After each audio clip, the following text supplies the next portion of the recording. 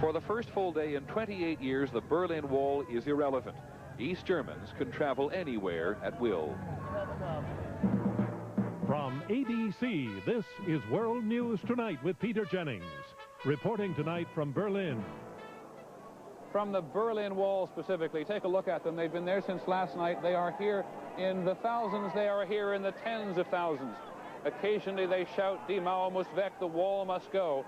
Thousands and thousands of West Germans come to make the point that the wall has suddenly become irrelevant. Something, as you can see, almost to party on. How do you measure such an astonishing moment in history? The East German government said tonight they were going to make more openings in the wall, at least a dozen more. Put bulldozers right through the wall so that more people could cross to the west. The East German communist leadership tonight said there'd be a new election law guaranteeing secret elections which the rest of the world could monitor. And only 24 hours after East Germans were told they could go anywhere, anytime, the Soviet Union said that was a sensible move. Thousands of East Germans came across the border today, perhaps more than 100,000, so many that border police lost count. And at every border crossing, thousands of West Germans there to say welcome. Some of the really good news today was for the East German government. While thousands and thousands came to look, even gape at this showcase of capitalism, the vast majority said they would be going back. The simple act of giving people the freedom to travel may have convinced East Germans they need not take flight whenever the door opens just a fraction. It has been an astonishing day. Hour after hour, all through today, thousands and thousands of West Germans have come to the wall to see for themselves, to climb up on this hideous structure, to finally look down at what has been no man's land for so long. Finally, after all these years, to say in person what they think of the East German border guards, or try to make friends.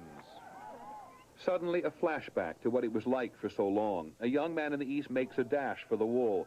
They catch him and take him away. Presumably, he should have used a legal border crossing. Only a couple of years ago, he might have been shot. Not today. Today, it was possible to have a dialogue. Your government seems to be changing every day. Where do you think it's going? That's the government's problem, he says, not mine. Such an astonishing moment in history. Now, what's it feel like to be standing on top of the wall? Incredible for me. It's I can't describe really my feelings. It's something unreal for me. If there is someone who sleeps for 8 weeks and you told him what happened here, he thinks you're crazy. It's unthinkable. Unthinkable. Tonight at the border crossings, including Checkpoint Charlie, which is normally a crossing for non-Germans only, there was still a block-long gauntlet of goodwill. Here, as everywhere else, it is one breathtaking moment after another. The new arrivals in their tiny, smoke-belching cars were greeted like athletes, patted on the back and cheered forward, sometimes pushed forward. Many of the East Germans were stunned by it all. I've been waiting 28 years for this, he told us. Will you come permanently, we asked. How long will you stay? I haven't much money, he said, but I'll stay till I run out of gas. Give you some sense of the enthusiasm around here. It's 30 minutes after midnight at the wall, and people are not going home. In fact, they continue to arrive here. They come with their bands, they come with their bottles on occasion, but what they come with mostly is a real sense of joy and spirit and celebration. And though most of the people here are young, that joy and celebration is not confined to the young. For example, the West German political leadership is overjoyed. Here's ABC's Don Kladstrup. It was euphoria. Massive crowds, along with West Germany's top leaders, cheering the news that East Germany, beginning tonight, would start tearing down parts of the wall to establish new border crossings. Die Botschaft des Friedens. We are one nation, said Chancellor Helmut Kohl, and we belong together. But while Cole struck the theme, it was former Chancellor Willy Brandt who touched people's hearts. Tear the wall down, he said, but let us leave a little bit of it as a memorial. Today, thousands flock to that wall, many to collect souvenirs, some for other reasons. Why are you doing this? Well, everybody wants to see the East. But if today was a celebration, it was also cause for reflection, for remembering others who failed to get across this wall. They are remembered by simple markers and mourned by their countrymen. An historic time for everyone young and old. This wall has been here since before I was born. And when I found out about it, I just started crying. What will you tell your child? This is so exciting to me to see this happening. I will tell her about freedom and about what this wall meant at one time, and that during her lifetime it came down. And one day, when she reads about it in a history book, she will know she and thousands of others were there. Don Kladstrup, ABC News, West Berlin. Over there in the East today, the communist politicians were once again eating their own. 2 conservative members of the Central Committee were kicked out, not men of the time apparently, and Egon Krenz, the present party boss, again declared his commitment to an open and free election. At a rally of Communist Party officials, Krenz said that they must be ready for radical reform and a new direction. But he said that no one will take responsibility from us. That last remark, by the way, is the kind which makes the average East German either very angry or at least skeptical. In a minute, we'll go over to the eastern side of the wall. Back in a moment. This is World News Tonight with Peter Jennings, brought to you by Citicorp. Citicorp, America's first global financial services corporation, has the power and the resources to help you with all your financial needs. Our bank, Citibank, is the most widely used by American corporations and individuals. As Citicorp and Citibank, we serve over 27 million customers in 90 countries. In fact, Citicorp, known worldwide as the financial leader, is ready to do whatever it takes to help you succeed. Citicorp, because Americans want to succeed, not just survive. Every so often they chant again, the wall must go, or they'd beat their drums. Over on the eastern side, people don't really believe that the wall is going to disappear tomorrow. What has happened over there today is a real change in mind among many people. Here's ABC's John Lawrence. Gleimstrasse is one of the faceless residential streets you see all over Eastern Europe, a street without a heart. The people are poor, impoverished in spirit as well as consumer goods. Gleimstrasse comes to a dead end at the Berlin Wall. For as long as most people can remember, they have lived in the shadow of the soldiers and their guns. Some of them have fled to the west lately, leaving this behind.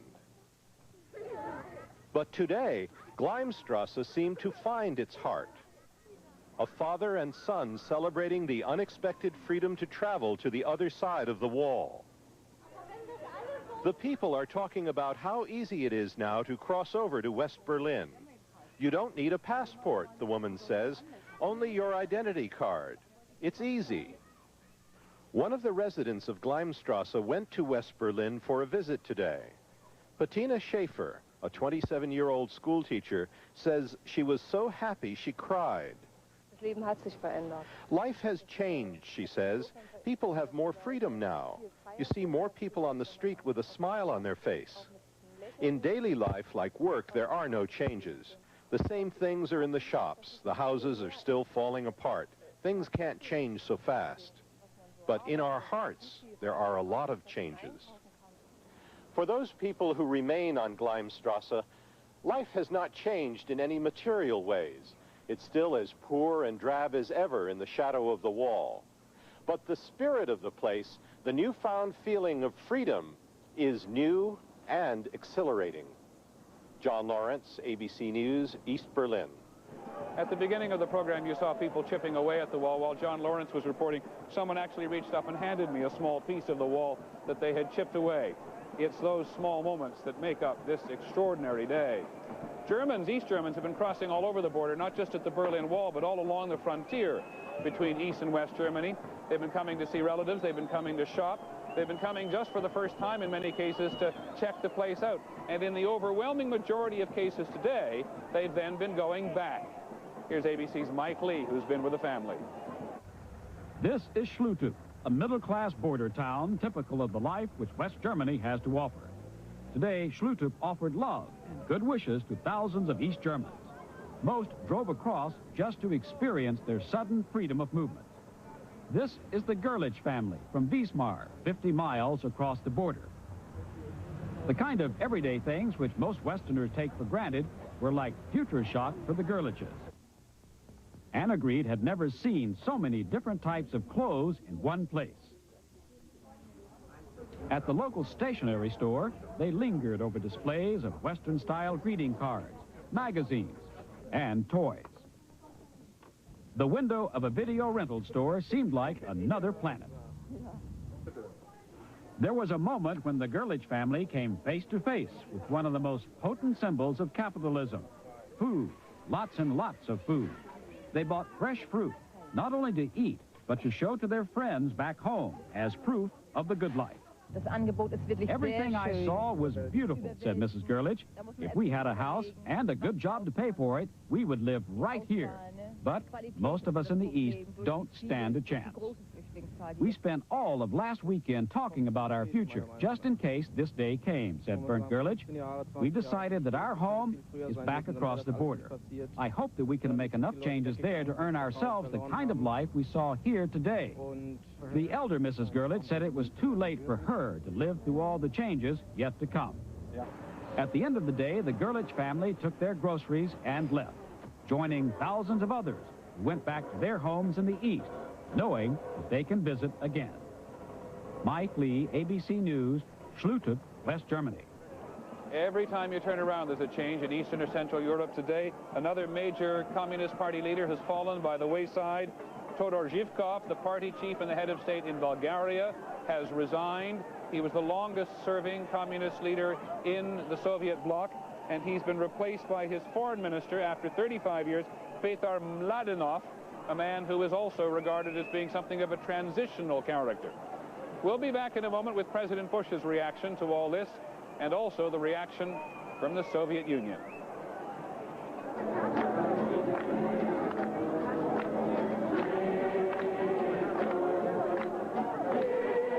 Liberty Mutual presents the automobile accident that never happened. In helping to pioneer safety belts, we made driving safer for everyone.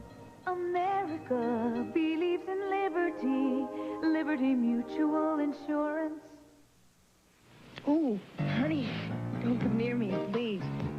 Oh, I can't. No, it's not a good idea. Oh, no, baby, not right now. Oh, sweetie. You don't want to get too close. Fight morning breath with Scope. Scope has 2 powerful ingredients to kill 90% of the bacteria that cause morning breath. Kiss me. What are you waiting for? Great kiss. You may kiss me now. Scope, the best thing first thing in the morning. I can't see a thing. Where are we?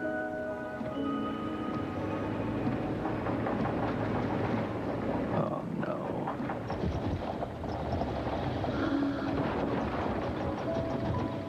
Did you remember to bring the car in?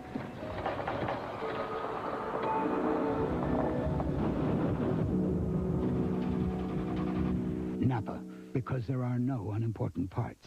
New Chips Ahoy selections are so delicious. Take these or leave the whole bag. You may not trust yourself around them. 3 new chocolate chip cookies from Chips Ahoy selections.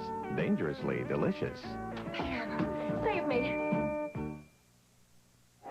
Yesterday in Washington, when he made his first remarks about what had been happening here in Germany, President Bush seemed to some people to be a little less than enthusiastic. He called it cautious politics at the time. Well, today, perhaps having seen some of the scenes here on television, his mood has changed. ABC's Britt Hume is traveling with him in Texas. The president had been angered by suggestions his low-key reaction of yesterday was another case of what critics have called timid leadership. Today, before a business group in Dallas, he offered a brighter vision of the drama in Berlin and its meaning for the future. 28 years after the desperate days of 1961, and that terrible barrier was built, now the East German government has responded to the wishes of its people. And I believe that around the world, the 1990s will inevitably be the decade of democracy. He also noted pointedly that while he had not thought this day would come this soon, he had urged it as early as last spring. I called upon the Soviet Union to support self-determination for the nations of Eastern and Central Europe and to tear down the Iron Curtain. And now we're seeing it happen. Mr. Bush said this made his forthcoming meeting with Mikhail Gorbachev more important, and he said he would seize every chance to advance democracy. But he added a note of familiar caution. I will conduct the foreign policy of this great country with the prudence that these fascinating times of change demand, and with the imagination. That imagination is unlikely to mean any bold, go-it-alone actions by George Bush, who makes few moves without extensive consultation with U.S. allies. Indeed, Mr. Bush spent nearly 20 minutes here in Dallas this afternoon on the phone with West German Chancellor Kohl. Afterward, the White House was pleased to announce that Kohl had said events in Berlin could not have happened without the United States. Britt Hume, ABC News, Dallas. And now to the Soviet Union. It must be pretty clear to everybody now that what's happening here in Berlin, if not at the urging of Mikhail Gorbachev, appears certainly to have his approval. We've heard from a number of Soviet officials throughout the last couple of days that it wouldn't even be the worst thing if the Berlin Wall actually did come down. But on one thing the Soviets are insistent. It does represent a political boundary. Here's ABC's Jim Laurie in Moscow. Soviet state television told viewers tonight the dramatic events in Berlin are part of a renewal of the German political system. In other words, perestroika, East German style. While admitting surprise at the speed of what's happened, Soviet officials have welcomed the new open border policy and called it an historic moment. A TASS news agency commentary even referred positively to what it called the pulling down of the Berlin Wall. The Soviet Foreign Minister Edward Shevardnadze told reporters the East Germans had made a wise decision. People, he said, must be allowed to travel wherever they like. But while Soviet reaction and coverage was largely positive, there was one important reservation. The wall may come down, but there can be no redrawing of borders and no German reunification. Because politically it's not the time now to talk about reunification. These two Germanys belong to two different military blocs. The stabilization of the German situation, the spokesman said, would no doubt come up in talks next month between Mikhail Gorbachev and George Bush. So while the Soviets support the dramatic changes, they see little prospect and have no desire for German reunification. That certainly cannot happen, the Soviets say, while there are NATO troops in the west and Soviet forces in the east, arrangements that are not likely to disappear soon. Jim Laurie, ABC News, Moscow. Just one other note from the Soviet Union. New reports tonight of ethnic violence. 17 people have apparently been injured in the capital of Moldavia. 17 people injured in fighting with the police. Just to remind you again where we are, it's almost 12:30 at night here in Berlin, and there are thousands of people here on the Berlin Wall making the point that it's a wall now, not an enormously significant political barrier anymore, and thousands of people have been going back and forth across it today. We'll be back with a comment later in the broadcast, and in a moment Sam Donaldson will have the day's other news.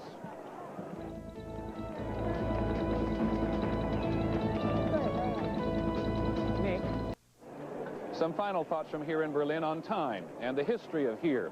We were here 28 years ago when they were building the wall. A young reporter, like a lot of young people, who just couldn't believe that a government would keep its people locked up like that. A lot of people in government were also that naive. The wall wasn't all concrete then. There weren't the automatic firing machines, the no man's land. In the morning, we'd go out and tour the frontier, along which during the night people had sometimes jumped from the buildings right adjacent to the frontier borderline. Sometimes they killed themselves in the process.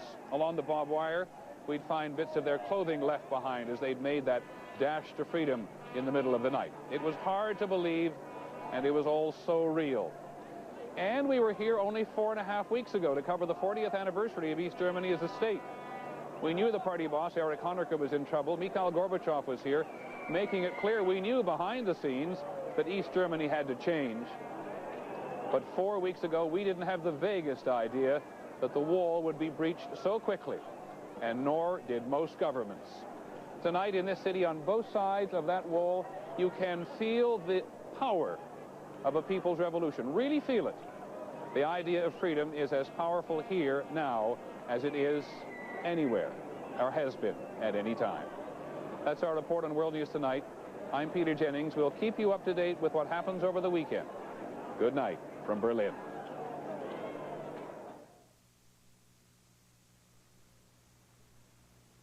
This has been a presentation of ABC News, where more Americans get their news than from any other source.